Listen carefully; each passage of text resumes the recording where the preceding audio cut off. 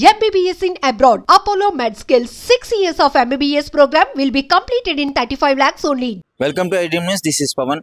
గత కొద్ది రోజులుగా మీరు చూస్తున్నారు కదా, Srishti test tube baby centre. So ఇప్పుడు దీని గురించే చర్చ.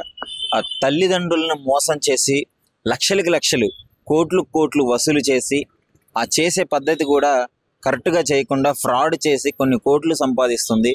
అమ్మతనాన్ని అమ్మకానికి పెట్టి ఇష్టం వచ్చినట్లు, అంటే రూల్స్ అండ్ రెగ్యులేషన్స్ ఉంటాయి, ఇలాంటివి చేయాలంటే ఇష్టం వచ్చినట్టు అవన్నీ పక్కన పెట్టేసి డబ్బుల కోసం వాళ్ళు ఇష్టం వచ్చినట్టు చేస్తున్నారు. సో అదే అలాంటి చీకటి కోణం అయితే బయటకు వచ్చింది. ఒక పక్కేమో అమ్మతనానికి ఒక వరం, అది అమ్మ అవ్వాలి అంటే ఆ మహిళలకి అదొక వరంగా భావిస్తారు, ఎంతో గొప్పగా ఆనందపడతారు అమ్మ కావాలి అని చెప్పేసి. ఒక రకంగా చెప్పాలంటే స్త్రీ తన స్త్రీతత్వాన్ని అమ్మతనంతోనే ఫుల్ఫిల్ చేసుకుంటుంది అని చెప్పేసి అని అంటున్నారు కదా.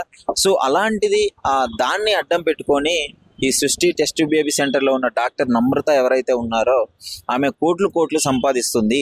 ఒక దేవతలాగా చూస్తారు ఆమెని, మాకు ఒక పిల్లలు లేని వాళ్ళకి పిల్లలు కలిగేలా చేస్తే. కానీ ఇదంతా ఒక పక్క.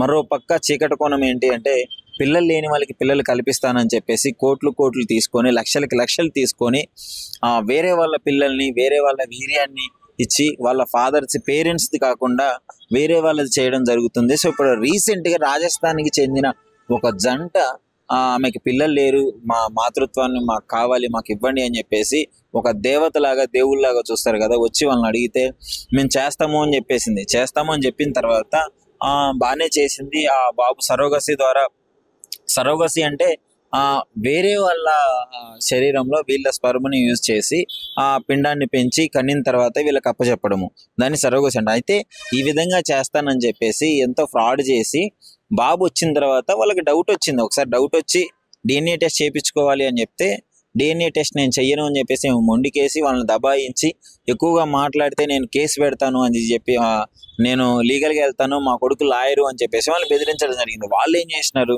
ఢిల్లీలో DNA టెస్ట్ చేయించుకున్నారు. DNA టెస్ట్ చేయించుకుంటే ఆ షాకింగ్ నిజాలు బయటకు వచ్చినాయి. వాళ్ళ బాబు కాదు అని చెప్పేసి DNA ఏది రిపోర్ట్ రాకపోవడంతో వాళ్ళు హాస్పిటల్కి వచ్చి గొడవ చేయడం జరిగింది. అప్పుడే ఆమె బెదిరించింది.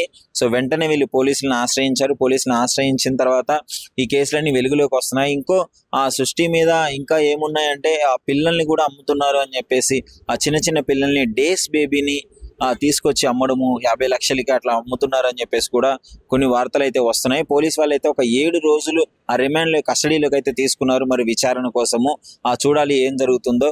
గతంలో కూడా ఈ డాక్టర్ గారి మీద దాదాపు ఒక 5 కేసులు పట్టుకు ఉన్నాయి. అంటే ఆ లైసెన్స్ క్యాన్సిల్ అయిన తర్వాత కూడా వాళ్ళ టీం ఉంటారు కదా, ముగ్గురు కలిసి స్థాపించింది, వేరే వాళ్ళ లైసెన్స్ మీద దీన్ని నడిపిస్తున్నారు అని చెప్పేసి కూడా కొన్ని న్యూస్ వస్తుంది. మరి ముఖ్యంగా ఇప్పుడైతే ప్రజెంట్ మనం చూస్తున్నాం కదా, మొత్తము సీజ్ చేయడం జరిగింది పోలీస్ వాళ్ళు.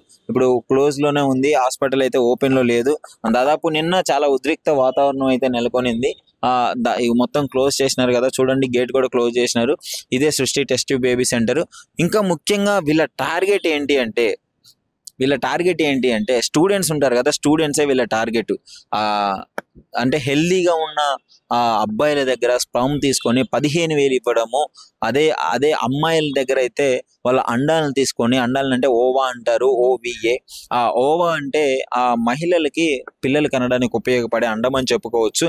దానిని దాదాపు మహిళల దగ్గర 1,00,000 రూపాయలకి తీసుకొని వీళ్ళ దగ్గర దాదాపు 30 లక్షలు ఆ విధంగా చెప్పడము, వాళ్ళకి జస్ట్ 1,00,000 ఇచ్చి తప్పించుకోవడము, ఇలాంటి ఎన్నో స్కామ్లు ఈ హాస్పిటల్ ద్వారానే జరుగుతున్నాయి అని చెప్పేసి పోలీస్ వాళ్ళు అయితే బయటికి తీయడం జరిగింది. మరి ఈ విషయంలో మరిన్ని విషయాలు, అంటే ఈ హాస్పిటల్ నుంచి ఒక్కో విషయం బయటకు వస్తుంటే ప్రజలు కూడా చాలా షాక్కి గురవుతున్నారు. అంటే హాస్పిటల్ మీద ఆ డాక్టర్ని అని ఉమ్మేసే పరిస్థితి తీసుకొని వస్తుంది. ఎందుకంటే అమ్మతనాన్ని అమ్ముకోవడం అనేది చాలా నేరం. ఎందుకంటే ఆ దేవుడి కంటే కూడా అమ్మ గొప్పది అని మనం చెప్తుంటాము. అలాంటి అమ్మతనాన్ని అడ్డంగా పెట్టుకొని ఇట్లా కోట్లు సంపాదించడం ఎంతవరకు కరెక్ట్ అని చెప్పి కూడా పబ్లిక్ అడగడం జరుగుతుంది. మరి ఈ విధంగా చుట్టుపక్కల ఉన్న వాళ్ళు కూడా మనం అడిగి తెలుసుకున్నాము. అంటే అసలు వాళ్ళే షాకింగ్ గురవుతున్నారు, ఇందులోనే జరిగింది అని చెప్పేసి వాళ్ళు కూడా షాక్ గురవుతున్నారు. అంటే ఈ విధంగా చేయడం ఎంత పాపము, తప్పు అని కూడా చెప్పలేము, పాపం అని చెప్పుకోవాలి దీన్ని. ఎందుకంటే పాపం వాళ్ళు ఎంతో కలలు కానీ పిల్లలు లేక వాళ్ళ బాధ మనం క్లియర్గా చూస్తూనే ఉంటాము. ఎంతో కష్టపడతారు. చాలా మందికి ఆ మాతృత్వ కానీ అదృష్టం ఉండదు. దాని కోసం ఎన్నో లక్షలు ఖర్చు పెడుతుంటారు. దాన్ని హాస్పిటల్ వాళ్ళు అడ్వాంటేజ్గా తీసుకొని ఇష్టం వచ్చినట్టు చేస్తున్నారు. చూస్తున్నారు కదా. సో ధీరజ్ కృష్ణ ఎవరు ఎల్ఎల్బి అని ఇక్కడ బోర్డు కూడా పెట్టుకున్నారు. వాళ్ళ హాస్పిటల్లో అసలు ఇలాంటి బోర్డు పెట్టుకుంటారా? హాస్పిటల్ ఇట్లాంటి బోర్డు పెట్టుకున్నారు, నా కొడుకు లాయర్ ఎల్ఎల్బి చేసినాడు, మీ అందరి మీద కేసులు పెడతాను అని చెప్పేసి వచ్చిన వాళ్ళని కూడా బెదిరించడం జరుగుతుంది.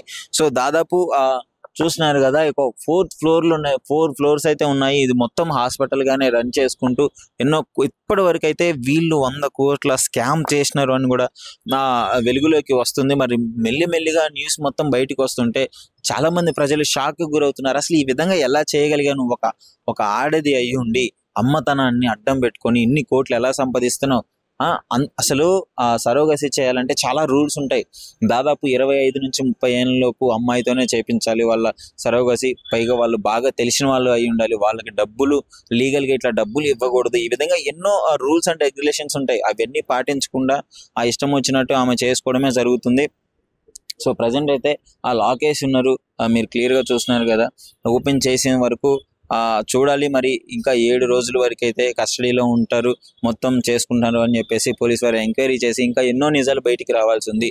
అసలు ఏం జరుగుతుంది ఈ హాస్పిటల్లో అంటే, ఎక్కడో డేస్ బేబీని వాళ్ళు లక్షలకి తక్కువ డబ్బుతో కొని ఎవరికైతే ఇట్లా బయట అమ్మతనాన్ని కావాలని కోరుకుంటారో వాళ్ళకి సరోగసి ఇది అని చెప్పేసి మాయ మాటలు చెప్పి ఆ పుట్టిన బాబుల్ని అయితే తీసుకొని రావడం జరుగుతుంది. దాదాపు 30 నుంచి 40 మంది ఇక్కడ ట్రీట్మెంట్ తీసుకున్నారు. ఇప్పుడు వాళ్ళందరూ కూడా కన్ఫ్యూజన్లో ఉన్నారు.